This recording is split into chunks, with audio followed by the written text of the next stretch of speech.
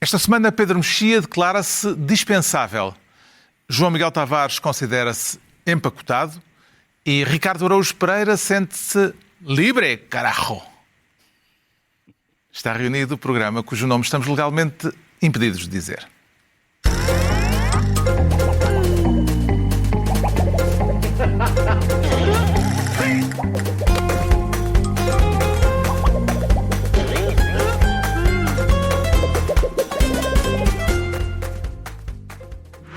Quando o silêncio ocupa a cidade,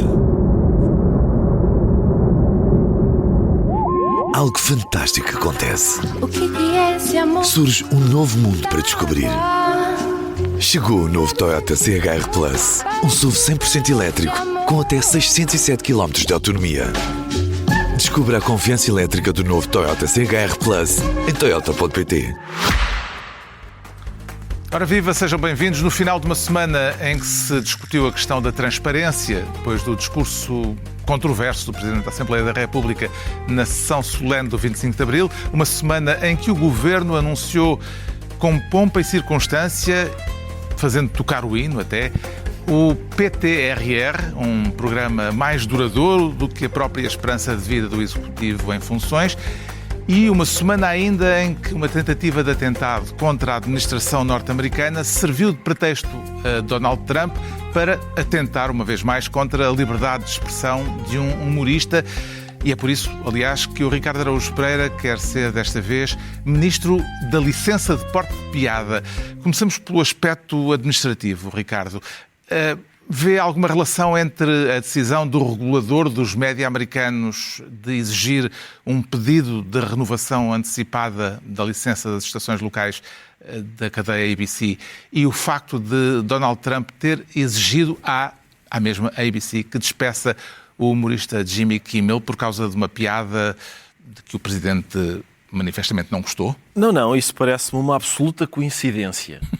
Onde eu noto uma relação direta, aí sim, é entre uma piada perfeitamente inocente sobre o facto de um casal ter uma diferença de idades de cerca de 30 anos, o que faz com que o elemento mais novo do casal fatalmente vá ficar viúvo, Fatalmente? Quer dizer, se as coisas correrem como... Sim, logicamente. Pela lógica. Pela lógica. Pela lógica da natureza. Exatamente. Sim, porque usas a expressão fatalmente neste contexto. Não convém. Tem cuidado, está bem. Mas digamos que, Digamos que não é assim uma coisa para a qual seja preciso muita imaginação. Mas seria uma piada preventiva, no caso, porque foi antes do facto. Calma. foi antes, sim. Mas o Ricardo ia estabelecer aqui uma ligação entre essa piada... É a ligação que está a ser estabelecida, não só pelo Presidente dos Estados Unidos, pela sua mulher, mas também pela porta-voz da Casa Branca. A porta-voz da Casa Branca identifica nessa piada de Jimmy Kimmel a semente que faz com que depois um atirador invada o recinto onde se estava a fazer aquela cerimónia para matar Donald Trump. A piada em causa foi feita 2 dias antes da tentativa de atentado no jantar dos correspondentes da Casa Branca e Trump considerou-a, vou citar Trump, um vil convite à violência. Exato. Há aqui uma literação até bonita. Um vil convite. Eu acho que as pessoas... Parece-lhe verosímil que dizer que Melania estava com cara de viúva possa desencadear instintos homicidas num assassino em massa? Carlos, eu acho que não parece a ninguém. Em princípio não parece a J.D. Vance, que ainda no ano passado veio dar lições de liberdade de expressão à Europa e agora tem o seu presidente a propor o despedimento de pessoas por terem dito uma piada, que costuma ser um sinal clássico de atentados à liberdade de expressão.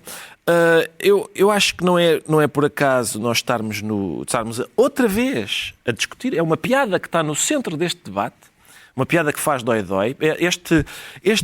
As pessoas estão a dizer que é irónico que o Donald Trump seja um snowflake. Ele que tanto criticou os snowflakes. O problema é que eu nunca gostei dessa designação. Porque snowflake parece supor que são pessoas de grande sensibilidade. Ora, é o contrário. Esta gente não tem sensibilidade nenhuma, como se verifica pelo facto de não saberem interpretar uma piada. É certo que as piadas não são discurso literal e por isso são para serem interpretadas e isso requer algum esforço. Não é um esforço assim tão grande. Eu reconheço o direito às pessoas de interpretarem uma piada erradamente, Há burros em todo o lado, há pessoas sem sentido de humor. Aqui não havia como. É uma questão de timing. Sim, certo, mas ele quer interpretar uma piada desta maneira, tem o direito. Já me parece que o direito de impor a sua interpretação às pessoas não me parece legítimo e, com base nessa interpretação errada, propor o despedimento de alguém e conseguir obtê-lo, coisa que normalmente pessoas que não são o Presidente dos Estados Unidos, consoante determinadas circunstâncias, conseguem também, mas no caso do Presidente dos Estados Unidos é evidentemente ainda mais grave.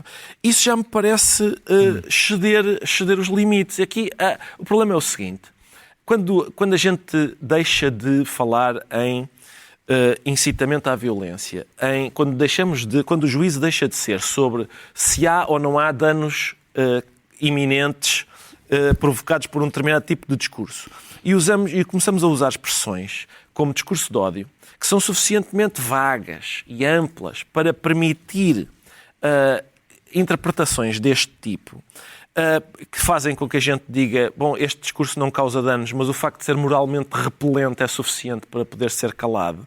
O problema é este, é que as piadas são muitas vezes, pelo menos na aparência, moralmente repelentes. Pelo menos na aparência. Sobretudo para quem não sabe interpretá-las. E é por isso que estamos recorrentemente a discutir isto. Quanto ao atentado propriamente dito, João Miguel Tavares, como é que leu o manifesto do homicida incompetente que viajou em vão da Califórnia para Washington? Em primeiro lugar, quero sublinhar que esse manifesto isenta Jimmy Kimmel de responsabilidades. Sim. Ele já tinha feito check-in, já estava no hotel antes da piada ter surgido. Aquilo mostra uma outra coisa, que é que estas pessoas que tentam fazer atentados contra Trump, de um modo geral, não estão bem. Ou seja, são pessoas desequilibradas, e eu acho que aquele texto, que nem é bem um manifesto, mostra que o senhor não estava bem. Não são as que tentam fazer atentados contra Trump. Atentados em geral normalmente não são feitos por pessoas ponderadas e racionais. Ou se não são desequilibradas, estão mal informadas. Por exemplo, o atentado contra Ronald Reagan, que foi no mesmo hotel, no exterior, no caso, e que foi feito por uma pessoa que queria impressionar a Jodie Foster. Exato. O homem queria impressionar a Jodie Foster. Sim. Que é falta de informação. São pessoas que não leem os jornais. Já as pessoas que mataram, pessoas que mataram o Kennedy, nós continuamos sem saber qual era a sua intenção benigna. Sim, mas eu contesto o que tu dizes, porque há uma longa história de, nomeadamente, atentados, quando são, por exemplo, atentados terroristas, há muita frieza, muito planeamento, frieza, não duvido. Muito profissionalismo. Neste caso isso não acontece. E isto mostra uma coisa à qual eu penso que todos nós devemos estar atentos, é quando existe um extremar do discurso público, existe uma série de pessoas que em si já não estão bem, que se sentem motivadas a agir pelos seus próprios meios, e as coisas contaminam-se umas às outras. Viu naquele texto o alegado ódio anticristão que Trump disse que ele revela? Cada vez que Donald Trump utiliza a palavra Cristo, eu acho que ele desce em mais um daqueles círculos do inferno de Dante, vai ficando cada vez mais próximo do Lúcifer congelado. É uma coisa que, enfim... Achas que é um homem que não vive o Evangelho no seu dia-a-dia? Tenho a ideia que não vive. Mas agora até se soube que o atirador, que não atirou nada. Parece que afinal não atirou nada. Sim. Pronto. O homem que tentou fazer o atentado tinha sido um líder da juventude cristã nos tempos da faculdade, ou nos tempos do liceu. Sim. Onde é que Trump foi buscar o anticristão?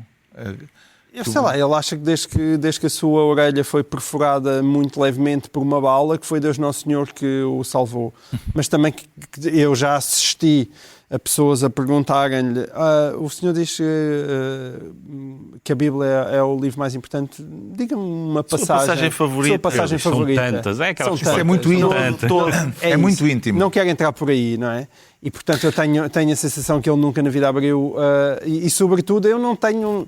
nada assim, de especial contra quem não vive o Evangelho. A mim o que mais me choca é ser alguém como Trump e ter Deus Nosso Senhor na boca. Isso sim. O Isso é atentado que falhado deu uma vez mais origem a todo o tipo de teorias da conspiração. Qual lhe pareceu mais imaginativa, Pedro Há uma que não Mexia? sei se é uma teoria da conspiração, mas é o facto da porta-voz, tal como a piada foi feita antes do atentado, ou da tentativa de atentado, também a porta-voz, antes do jantar, disse some shots will be fired, queria dizer piadas que o Trump ia dedicar aos seus adversários políticos.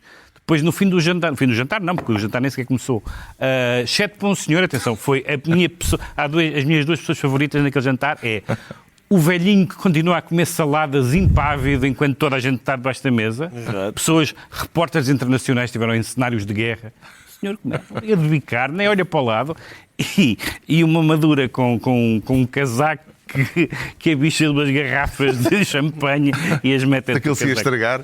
Sim, mas é de facto... Mas teorias da conspiração, portanto, sim, há várias. É uma coisa encenada. Ou foi para provar que é preciso realmente um salão de baile na Casa Branca. O próprio Trump aparentemente disse isso. Eu não tinha ouvido essa declaração. Há de facto falhas de segurança. Parece óbvio que dizer, pronto, era um senhor que estava lá, ele levou umas armas, estava lá hospedado, era um hóspede, portanto, levou umas armas, o que é que se havia de fazer?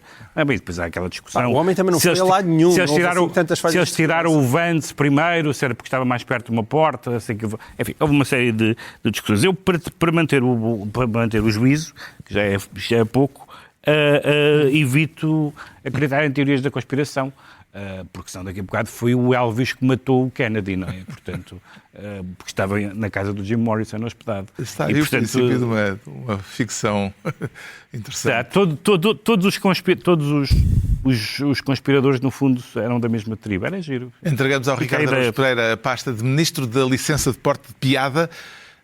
Tem a sua em dia, Ricardo? Por acaso não tenho de renovar, vou ver se o sindicato me concede. Sim, então andas a atuar ilegalmente. Ando. Agora é a vez do Pedro Mexia querer ser, ainda do lado do Atlântico, Ministro da Magna Carta. Que balanço faz Pedro Mexia da visita de Estado do rei de Inglaterra aos Estados Unidos? Foi o encontro de dois reis, como escreveu o site oficial da Casa Branca? Não, isso é uma provocação de baixo coturno, mas vou dizer uma coisa que nunca esperei dizer. O rei Carlos III esteve excelente. Há uma das razões pelas quais ele esteve excelente, é porque, como disseram várias pessoas na imprensa inglesa e na televisão inglesa, ele tem os melhores speechwriters de Inglaterra, o que é normal, na medida em que é o Presidente da Junta. E, portanto, as piadas eram ótimas porque estavam embaladas em bonomia, em piadas históricas, em relação especial, em referências onomásticas, Williamsburg e tudo isso. E, no entanto, do palanque, neste caso do Congresso, ele contraria Donald Trump na NATO, na política de alianças, na Ucrânia, nos deveres de solidariedade, de defesa. Até no caso Epstein ele fala sem falar, dando aliás o seu próprio exemplo, que tem o irmão sob investigação e que não obstaculizou o belo verbo minimamente. Portanto, foi a importância dos tratados, de respeitar os tratados. Portanto, um discurso cheio de entrelinhas. E uma que lhe deixou os democratas malucos, que foi lembrar as tradições inglesas jurídico-políticas que os americanos herdaram, portanto, a Magna Carta, a Revolução do século XVII, a Revolução Inglesa, e, sobretudo, aquilo que teve a maior ovação, que é e a possibilidade de escrutinar o poder executivo. Isso, bem, parecia ali um discurso do Washington ou do Lincoln. Os democratas saltaram. E, portanto, foi um momento extraordinário de, é verdade, boa delivery, de humor, etc. Tinha lá o texto, ele tem, pelo menos, boa voz, ou boa dicção, melhor dizendo. Ou boa voz também. E as duas coisas.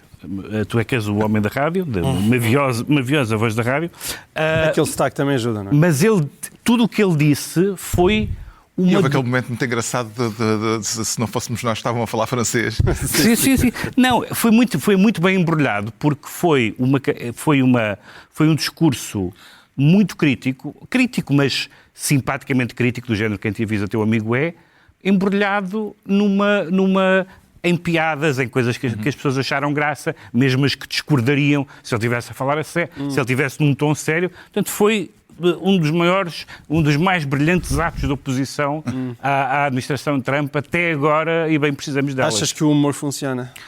O humor funciona. Estás a ver? Ter uma longa tradição de fazer estas coisas. Eu lembro, por exemplo, quando foi ainda com a Rainha Isabel II, quando a mulher do príncipe Harry, do ex-príncipe, fez umas alegações muito manhosas também sobre o racismo na família real. O comunicado do Palácio de Buckingham começava assim, dizia essa maluca, mas em vez de dizer essa maluca, dizia assim: "While recollections may vary..." É fantástico. É uma maneira de dizer, lá está esta doida a inventar coisas. "While recollections may vary..." São muitos anos disso, são muitos séculos, como ele diz. "Just the other day", como ele dizia. No século III, não sei o quê, ou como nós dizemos em Inglaterra, "just the other day."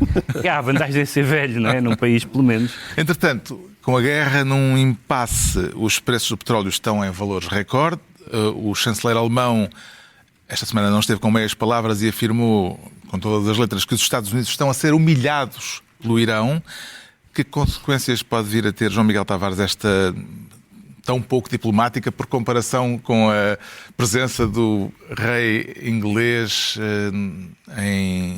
em Washington?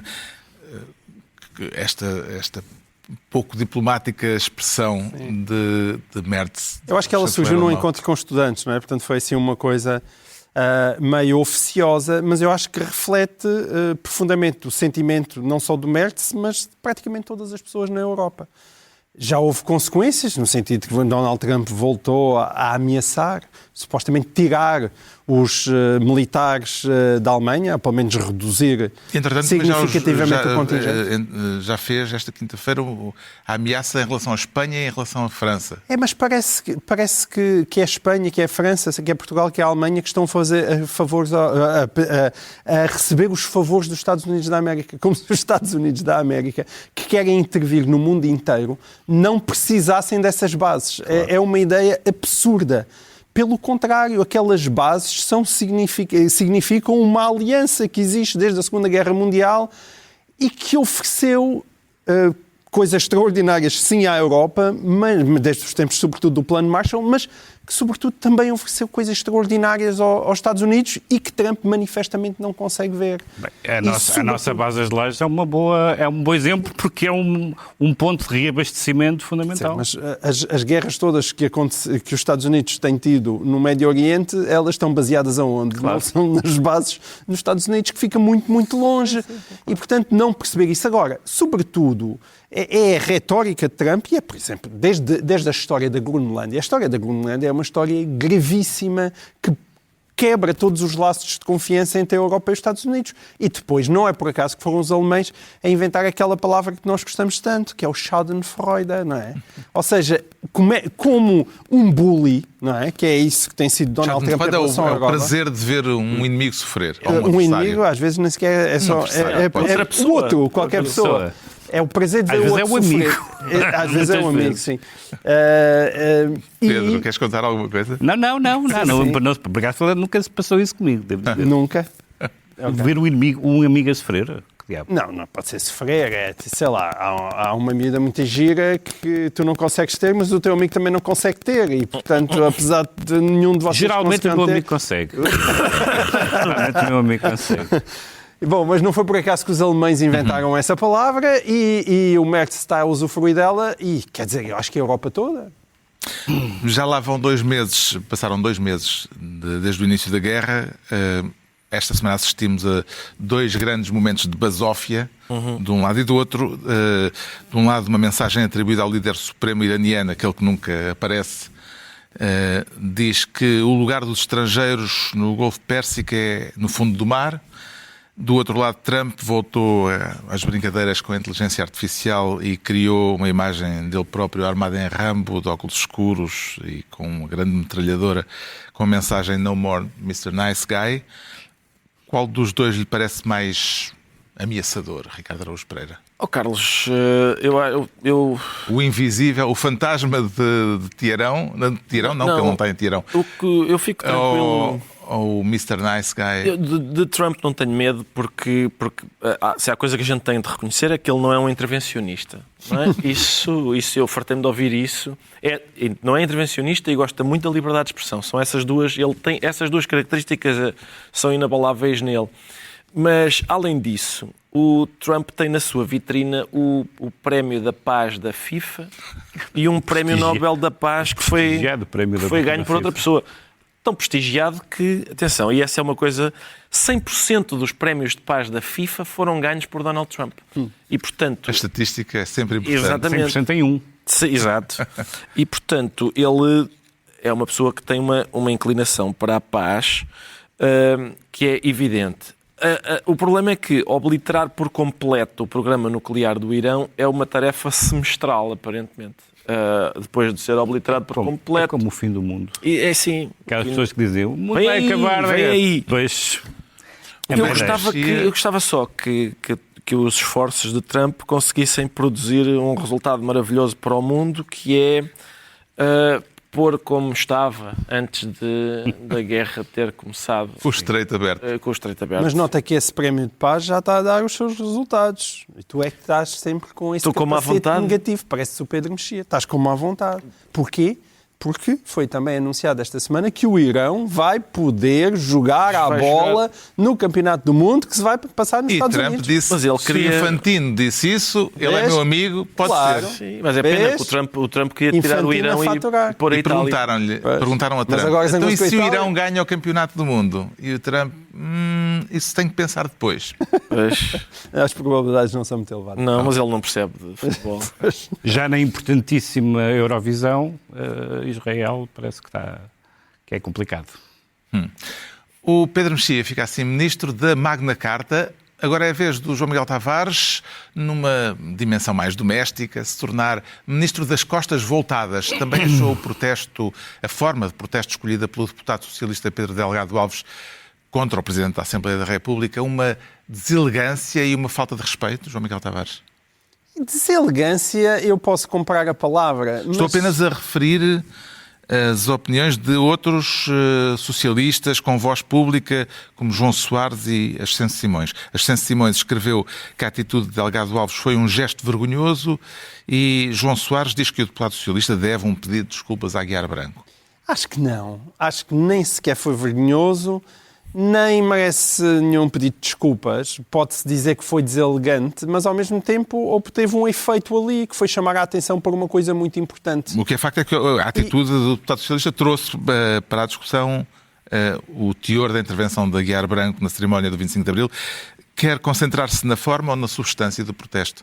Não, quero-me concentrar na substância, embora tenha sido a forma que lá está, que chamou, como tu disseste bem, a atenção para essa substância. É preciso perceber que aquela também era uma cerimónia em que não havia maneira de intervir, nenhum deputado podia levantar o braço para dizer o que é que fosse, e portanto ele teve... Há imensas maneiras de Sim, manifestar. podia ter vindo cá para fora e fazer uma conferência de imprensa. Podia não ter aplaudido, ter ficado sentado.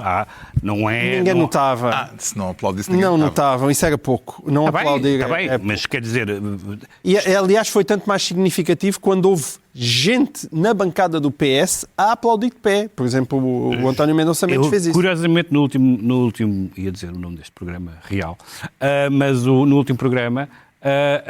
Ia dizer Governo Sombra? Não, nunca, jamais. Body cheio. Mas no último programa eu disse que Pedro Delgado Alves era daquele do bando dos quatro, o mais habitualmente sensato e calmo, e depois chega a casa, acho que foi no próprio dia, ou foi no dia seguinte, que ele tem aquela... Desculpa interromper, mas só para dizer isso, eu acho que há maneiras de protestar no Parlamento. É verdade que são mais discretas, mas também são mais sensatas. E não esperava disso, Pedro. Porque eu acho que aquilo que o José Pedro Aguiar Branco disse é grave. E, portanto, como eu acho que é realmente grave, não me choca aquilo que Pedro Delgado Alves fez, ainda que possa ser deselegante. Porque, lá está, eu dou mais importância à substância daquele discurso, e o discurso, até porque foi muito bem feito, coisa que ele tem feito regularmente. Eu já elogiamos aqui, acho eu, até mais de uma vez, o speechwriter do Aguiar Branco, é alguém que sabe fazer discurso em Portugal, que é muito raro. E essa eficácia, ainda por cima, em parte embrulhada em objeções relevantes, porque é verdade que a classe política em Portugal, nomeadamente até a nível de aumentos de salários financeiros, é maltratada, e era uma questão que deveria ser olhada e aí sim combater aquele populismo que acha que os políticos são muito bem pagos. Não são, são muito mal pagos. Mas ele mistura coisas e mistura coisas que não podem ser misturadas. E sobretudo porque parece haver da parte do PSD claramente um ataque à questão da transparência. E não pode um Presidente da Assembleia da República estar, naquela ocasião, a fazer piadinhas sobre casas de banho e falar do primo. Hoje em dia temos que saber quanto é que os primos também ganham, coisa que nem sequer é verdade. Mas no contexto que é Portugal, no ecossistema português, e tendo em conta, por exemplo, a importância dos primos na Operação Marquês, eu acho que Aguiar Branco não pode fazer aquilo. Aquele discurso é grave e, sobretudo, porque ele se sobrepõe a uma investida do PSD contra a transparência. E isso é terrível. Até porque, mais uma vez, o PSD tem razão. A área na qual Pedro Delgado Alves está empenhado e, portanto, sentiu-se, digamos assim, visivelmente... Quer dizer, não era dirigida a ele especificamente, mas eu percebo a reação dele. Eu percebo o desagrado, porque Aguiar Branco não só mistura coisas, como parece estar a sugerir que a classe política, ninguém na classe política está interessada em resolver as críticas que ele faz. O facto de ele misturar críticas legítimas com críticas absurdas, os primos e não sei o quê. E mistura com os conflitos de interesse, como se isso não fosse um enorme problema em Portugal, como é evidente, é. E isto, da parte de um Presidente da Assembleia da República, é algo muito desconfortável no momento em que, repara, tu também estás a querer diminuir os poderes do Tribunal de Contas.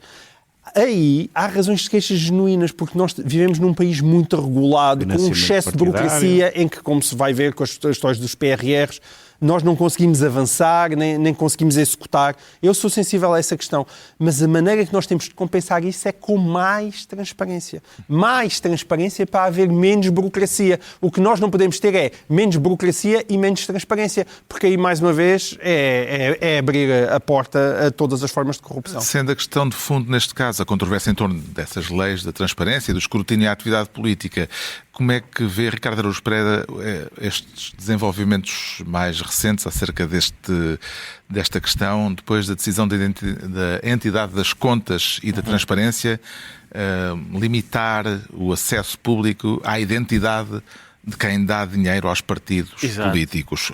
Agora já há 4 iniciativas anunciadas para clarificar estas regras.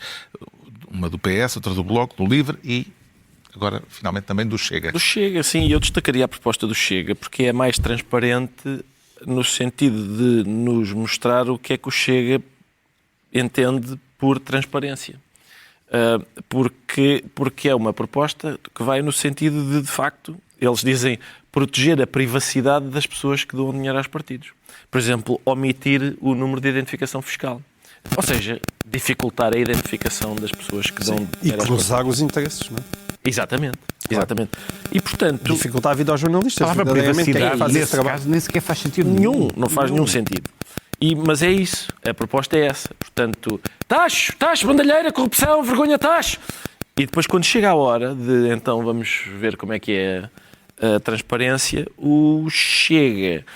Percebe-se que o Chega não quer exatamente transparência, quer ser, no mínimo, translúcido. Mas eu diria que é uma lei da opacidade. Houve até um financiador do Chega que, talvez por causa do direito ao esquecimento ou alguma coisa dessa, exigiu que na Wikipédia fosse retirada a menção. Exato. Ou seja, se uma pessoa apoia um partido, está a tomar uma posição pública, política, que é útil nós sabermos, e supostamente se ele o apoia é porque não tem vergonha de apoiar, não é? Eu acho depois que seja natural que tenha vergonha. Mas não devia ter. Pedro Duarte, no princípio tem certeza, avançou um argumento curioso, que ainda não via mais lado nenhum, mas que era o argumento para defender esta nova versão. Dizia que um empregado punha a questão num trabalhador que quer apoiar um partido e que pode ser prejudicado pelo patrão quando o patrão souber Pois que ele é. está É, a apoiar certo Então, os partido? grandes financiadores É um do grande partido argumento. são, em geral, as datilógrafas e são Os pessoas... operários fabris. Os operários fabris dão milhares de euros aos partidos políticos. Isso não faz sentido. As pessoas, em geral, Não, são grandes financiadores, não estão abaixo na escala Até hierárquica. porque nós ainda vivemos no pré, como todos Não sabemos. são funcionários da empresa, são em geral donos da empresa. Ridículo. Não é, o que se trata aqui não é, evidentemente, do interesse que geram os pequenos. Há contributos de toda a escala São grandes nos argumentos. partidos. Estamos a falar das pessoas que, sendo empresários ou terem qualquer outra atividade, podem considerar que o seu apoio financeiro é uma troca de favores futuros. Isso não tem nada a ver com a privacidade das pessoas, tem a ver com o interesse de nós, cidadãos, estarmos informados acerca disso. O João Miguel Tavares fica então ministro das costas voltadas e estão entregues as pastas ministeriais por esta semana. Agora vamos saber porque é que o João Miguel Tavares, ainda ele, se declara empacotado. E o pacote parece-lhe um bom pacote? Epá, eu estou farto de pacotes. Desta vez não estamos a falar do pacote, do famigerado pacote laboral, mas do pacote de milhares de milhões a que o Governo deu a sigla PTRR e que foi anunciado esta semana com pompa, circunstância e até com o hino nacional cantado pelos ministros. Mas sem perguntas dos jornalistas. Entusiasmou-se com o anúncio, João Miguel? Entusiasmei no sentido que aquilo é propaganda da boa e isso mostra aquilo que tem sido o atual governo, que é o especialista em propaganda. A propaganda da boa não se percebe que é propaganda. Essa é que é da boa. Da boa no sentido que aquilo é vistoso, é debaixo da pala e tem uns fundos bonitos, design e muitos ministros. É nesse sentido da propaganda. Quando se vai exprimir aquilo tudo, a maior parte daquelas medidas já tinham sido anunciadas e depois o próprio Primeiro-Ministro diz, bom, isto é para ir executando enquanto se faz e Não há ajustando. calendário ainda? Não há calendário. E de onde é que viram os milhares de milhões? Parece que há muito dinheiro. Sim, mas mesmo o muito dinheiro, os 20 e tal milhares de milhões, naquilo que diz respeito ao Estado são 8 mil milhões. E depois o Estado, o Governo, é mais um pacote de 8 anos. Portanto, aquilo quando tu vais... ou 9 anos. Quando tu vais dividir aquilo dá à volta de 34. mil milhões por ano para o Estado. Que, dentro daquilo que é um investimento público, não parece assim uma coisa tão extraordinária e porque nós também já sabemos que não, e depois não se é capaz de executar. Mas a mim pareceu-me especialmente escandaloso, porque depois há determinadas coincidências e esta semana aconteceu que continua a decorrer a Comissão de Inquérito ao que se passou no INEM. Convém recordar, houve uma greve em 2024, no final de 2024, que o Governo vem dizer que não sabia que ia acontecer. E que, portanto, o INEM não reagiu, não havia serviços mínimos que conseguissem dar resposta às pessoas e houve pelo menos 3 pessoas que O e-mail morreram perdeu-se por do falta apoio. de assistência. Foi o caso do pré-aviso do pré-aviso. Do aviso do pré-aviso. O aviso do Tu pré-aviso. fizeste a piada do aviso do pré-aviso, mas esta semana houve uma outra piada, que foi dizerem, bom, existe uma Secretaria de Estado da Saúde e existe a Secretaria de Estado de Gestão da Saúde. E a secretária enganou-se na secretaria. A secretária recebeu o mail, enviou para a Secretaria de Estado da Saúde e, na verdade, devia ter enviado para a Secretaria da Gestão da Saúde, que era quem tinha a tutela Não é um do INEM. spoiler do programa de domingo à noite? Não faço ideia, espero que não. Mas ele, se fizer, fará com mais graça. E quando a gente olha para aquilo, Já está a eu tomar pergunto, quantos milhões... Não são precisos milhares de milhões. O que nós precisamos desesperadamente é de melhor gestão. Se calhar precisamos de menos Estado, um Estado mais eficiente, e é que a secretária acerte na secretaria. É isso que nós precisamos. E é isso que nós não temos. Como é que vê o facto deste plano se estender muito para lá do tempo de vigência do Governo, Ricardo Araújo Pereira?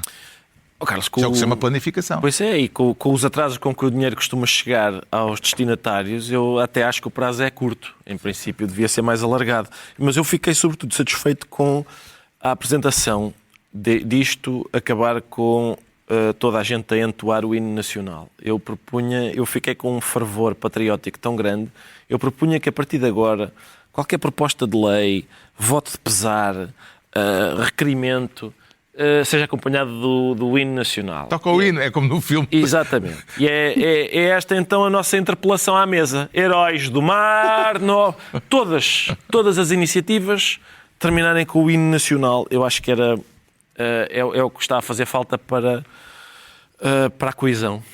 Qual foi o aspecto mais relevante, no seu entender, deste anúncio do governo de Pedro Mexia? O mais relevante, há dois aspectos relevantes. Há esse lado de ter uma vigência maior do que o mandato do governo, o que é, por um lado, que supostamente é positivo, porque é uma visão que compromete, enfim, na lógica tradicional da governação em Portugal, o PS e o PSD. Não saberemos se a seguir virá o PS, mas enfim. E, por outro lado, levanta a questão da execução, que até em termos normais, até em termos da gestão normal, e, portanto, não calamitosa ou pós-calamitosa, é complicada. E o segundo lugar é que, tal como no PRR, exatamente, aparecem ali coisas que são respostas à calamidade e aparecem ali coisas que são funções do Estado que já agora se aproveita e mete-se do pacote, salvo seja. Agora parecia a Rosinha. Mas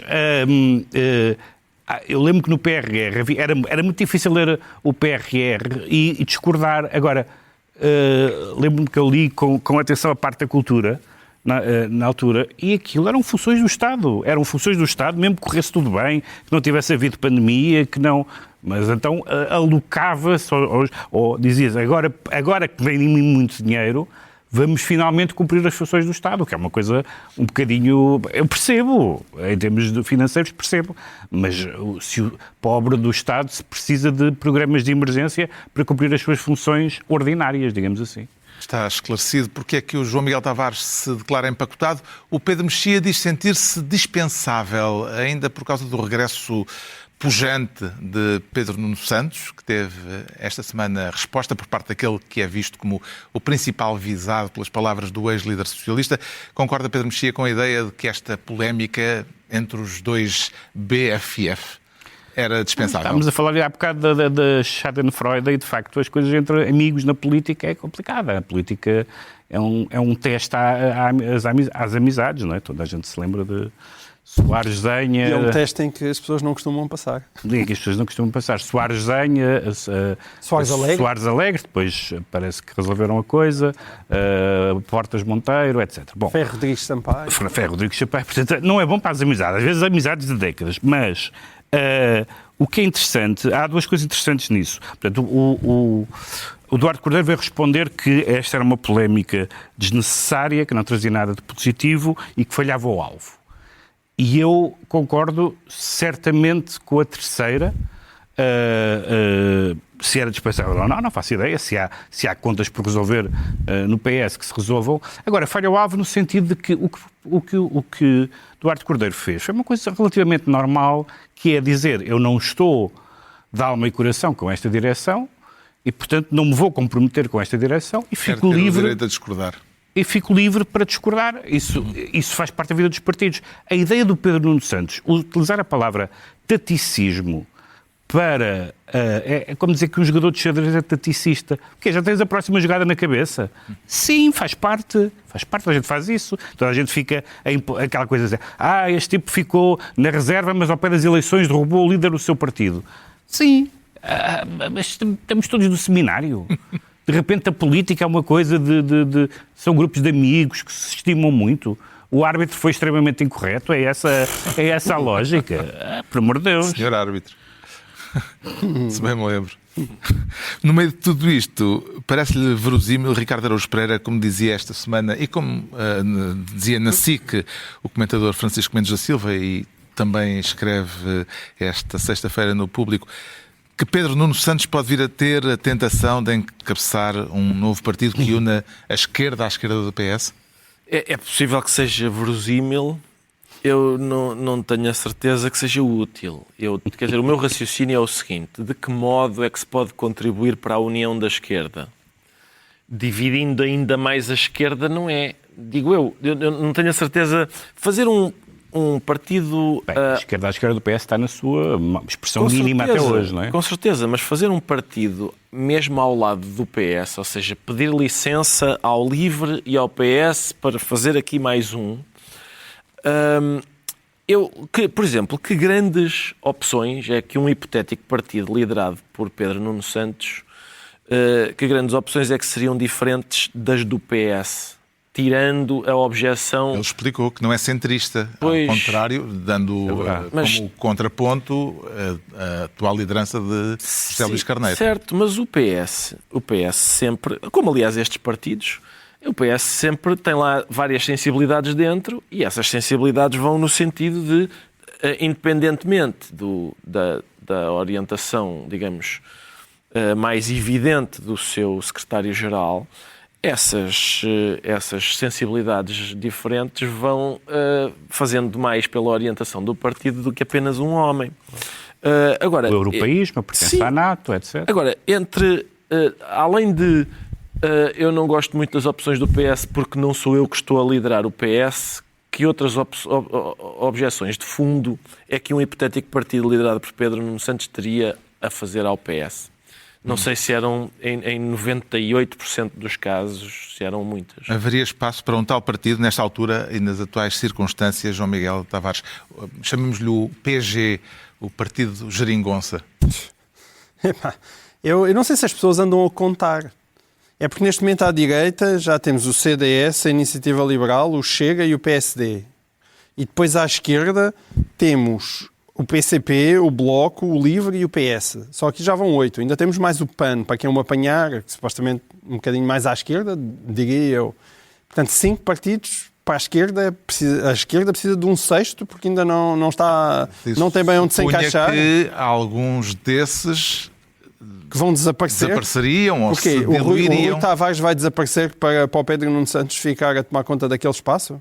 Não, mas esse PS Ou que faria é o uma... Bloco? Mas esse PS faria uma OPA sobre o LIVRE e sobre o Bloco de Esquerda. Mas tu achas... Sobre o PC é impossível. Eu acho extraordinário as pessoas estarem convencidas neste momento que Pedro Nuno Santos vale mais do que Rui Tavares para obter votos. Eu tenho muitas dúvidas. Até porque esses votos... Não é Pedro Nuno os Santos, votos... é a ala esquerda do PS toda. Mas isso não existe. Não existe. Como não isso existe? Não, isto é gente. Eles deviam fazer partidos em bairros de Lisboa. Ou em determinados restaurantes onde eles vão... fazem. Em bairros de Lisboa, em À restaurantes grande. onde eles vão comer. Porque é assim, eles têm um grupo aí de 100 e tal amigos e possivelmente acham que são pessoas muito importantes. O país não faz patavina de ideia quem seja Duarte Cordeiro. Não faz ideia. A própria ideia de Duarte Cordeiro valer mais que José Luís Carneiro é extraordinária, porque não vale de todo. E em vez de Pedro Nuno Santos e Duarte Cordeiro e Mariana, Mariana Vieira da Silva... em termos de notoriedade. Com certeza, em termos de notoriedade, que parecendo que não é uma coisa É importante, relativamente claro que é importante quando as pessoas claro que votam. é importante. Mas claro, eles são muito bem conhecidos nos cafés de Lisboa que frequentam. E as pessoas dizem, pá, aquele Duarte Cordeiro, o gajo é um gênio. Cafés discretos da Avenida de Roma. Pá, sim, mas o que é que o Duarte Cordeiro já fez que se visse? O que é que Pedro Nuno Santos... O Pedro Nuno Santos já fez coisas que se vissem, mas os portugueses não gostaram. E então o que eles acham, o que é mesmo espetacular é dizer, não, pá, é com um novo partido é que resolvo. Quando é evidentemente... Como Eles diz... não estão a dizer isso. Os próprios não. Ninguém disse isso. Não, eu Quem sei. disse Estou a dizer foi por eles. Francisco Mendes da Silva. Não, já disse que eu tivesse de comentário. contar. Pedro Adão e Silva. É para já, Ana Sá Lopes está a ser espoliada. Foi a primeira pessoa que eu ouvi falar nisso. Ana Sá Lopes, estás a ser roubada.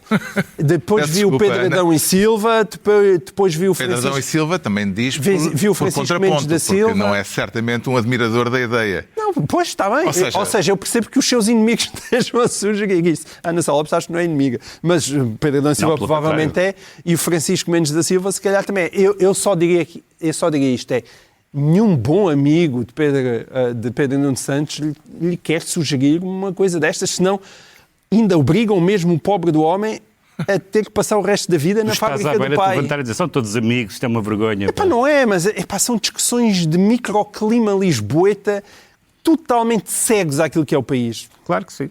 Já sabemos verdade. porque é que o Pedro Mexia se considera dispensável, agora vamos tentar e vamos fazê-lo rapidamente. Porque é que o Ricardo Araújo Pereira se declara libre carajo? Não me diga que desceu sobre si a síndrome Milley. Antes, pelo contrário, Carlos, eu tinha ficado já com a sensação, já há bastante tempo, de que o slogan libertar carajo, que a ideia de libertar carajo não era exatamente igual à de liberdade. Liberdade, carajo, é uma coisa. Liberdade é outra. E o carajo deles não é o nosso, mas não. É menos forte. É capaz de ser menos forte, mas ainda assim acho que é um carajo. Apesar de tudo, um carajo. E a questão é a seguinte, começa a tornar-se claro, quer dizer, já estava claro já há bastante tempo, de que para pessoas como Trump, de quem já falámos hoje, para Milei, a liberdade é realmente preciosa. É tão preciosa que é melhor não a dar a toda a gente, porque as pessoas vão estragá-la. É uma coisa demasiado preciosa para estar na mão de toda a gente. Neste momento, o Javier Milei, presidente da Argentina, diz que chegou a uma conclusão, que é nós, os argentinos, não odiamos suficientemente os jornalistas, que ele designa como lixo repugnante e imundo, e então, sob o lema Libertad Carajo, fez o seguinte, proibiu o acesso dos jornalistas à sede do governo argentino, que é uma medida sem precedentes, mesmo no tempo da ditadura, e, portanto, eu acho que vai no sentido de Libertad Carajo. Libre Carajo. Chegamos à altura dos livros e eu trago esta semana, não exatamente um livro, mas uma revista com cara de livro e mais robusta do que muitos livros. É a Colóquio, a revista literária da Fundação Calouste Gulbenkian, dedicada neste número de da primavera de 2026 a Camões, ainda no âmbito das comemorações do 5º centenário do nascimento do Zarolho, como escreve no editorial, com graça e de forma coloquial, trata-se da Colóquio, afinal, a diretora da publicação, Joana Matos Frias, que cita até Adília Lopes ao recordar um gato que teve, um gato preto, Zarolho, que era por ser Zarolho, escreve Adília Lopes, que se chamava Camões. Claro que esta é uma revista séria, com uma vertente de estudo e excelentes contributos académicos, mas não deixa, por isso, de ser também uma revista onde o prazer da literatura está bem presente. Por exemplo, logo a abrir com um poema de Gonçalo M. Tavares intitulado Homenagem ao Sr. Camões. Um poema onde se lê, a certa altura, sobre o homenageado, está tão atual como o futuro. Camões é coisa para irritar trogloditas, assustar os de débil aptidão para a leitura, afugentar mecânicos da língua. E por aí adiante. Não cabe aqui um sumário exaustivo deste número, mas fica a chamada de atenção para o luxo que é continuar a haver uma revista literária assim. A Colóquio é publicada pela Fundação Calouste Gulbenkian. O João Miguel Tavares... A polissemia da palavra Zarolho, que dá para muito mais outras leituras e que também tem a ver com a vida do Camões. Mas pronto, era só uma nota de rodapé. O João Miguel Tavares sugere banda desenhada também robusta. Sim, como diria Ricardo Augusto Pereira, isto é um acontecimento editorial. Porque o Charles Burns é um dos grandes autores de cómics de BD dos nossos dias. Ele é o autor de uma obra fundamental que desenhou e escreveu durante 10 anos e que depois foi reunida em livros, chamada Black Hole. Mas é um livro de 2005, é um calhamaço que nunca foi traduzido em português, só em português do Brasil. E este Final Cut é a sua última obra e é a primeira vez que ela é apresentada ao público nacional numa ótima edição da ASA e de certa forma ele tem muitos paralelismos com o Black Hole. Ele regressa àquilo que são os seus interesses, a adolescência, os anos 70 nos Estados Unidos da América, o quão atribulado é esse processo de passar de adolescente para a idade adulta, os amores, a incompreensão, mas também um universo muito estranho, meio mutante, e é uma viagem, e também saltos de perspectiva entre personagens, e é uma viagem para quem gosta de BD muito fascinante, é ao mesmo tempo também uma homenagem ao cinema da segunda metade do século XX, àqueles cinemas série B, já que no coração desta história está um grupo de jovens a filmar um filme amador. E vale imensa pena. Acontecimento editorial, Charles Burns, Final Cut. O Pedro Mexia, mais contido, traz aforismos. Eu sou sempre contido. É um livrinho de chama-se Adágio e outros aforismos, portanto, fragmentos, aforismos e pensamentos do Wallace Stevens, que é um dos grandes poetas do século XX, poeta americano, mas que é particularmente um poeta que, além de escrever grande poesia, pensou a poesia, um daqueles poetas para quem a poesia era uma forma de pensamento. Isto são fragmentos de cadernos dele sobre a ideia de poesia e, sobretudo, sobre uma ideia fundamental que é a ligação entre na poesia, a ligação entre a imaginação e a realidade. E ele tem uma frase, vou citar um único fragmento em que ele diz: no mundo das palavras, isto é, só nesse mundo e não nos outros, no mundo das palavras, a imaginação é uma força da natureza. Isto dava para fazer um seminário sobre poesia no século XX. O Ricardo Araújo Pereira propõe uma viagem no tempo a Olisipo. É realmente uma coisa fascinante isto, porque o professor André Simões, que é um daqueles professores cujo entusiasmo pela matéria que estuda contagia os alunos. Ele conta isso no início, ele conta o seguinte, que às vezes vai a escolas falar sobre, enfim, estimular o interesse dos alunos pelos estudos clássicos, etc. E uma vez numa escola básica um miúdo perguntou como é que eles no tempo dos romanos iam à casa de banho, professor? E ele achou que aquilo era uma boa pergunta. Yeah. Até porque a ida à casa de banho é uma espécie de emblema da vida cotidiana, daquilo que a gente chama a vida cotidiana. E então isso foi o pretexto para o professor André Simões escrever este livro que se chama Lusitânia e que, imagina, não sendo um romance histórico, ele fala sobre uma família hipotética, digamos assim. Ou seja, não é um romance histórico no sentido em que o que ele diz é o seguinte: suponham uma família composta desta maneira, por do pai e mãe, filhos, etc. O que é que eles faziam, por exemplo, no seu dia-a-dia? Como é que eram as idas à escola? Quais eram os seus hábitos religiosos? Onde é que ficavam as termas? Esqueci-me de dizer, tudo isto se passa em Olisipo, na cidade que Lisboa era no século II depois de Cristo. Portanto, eles chegam a Lisboa, primeiro vêm a Lisboa a partir do mar, e depois vivem na Lisboa do século II depois de Cristo. E é isso que o leitor fica a saber. É como é que uma família na Lisboa romana do século II vivia, como é que era a sua vida cotidiana. É uma viagem no tempo de André Simões, Lusitânia, assim se conclui mais tudo com uma recurso a fontes históricas. E onde é que iam? Não me perdo. Diz? Eu depois, assim, está lá também. É ler o livro, não há spoilers.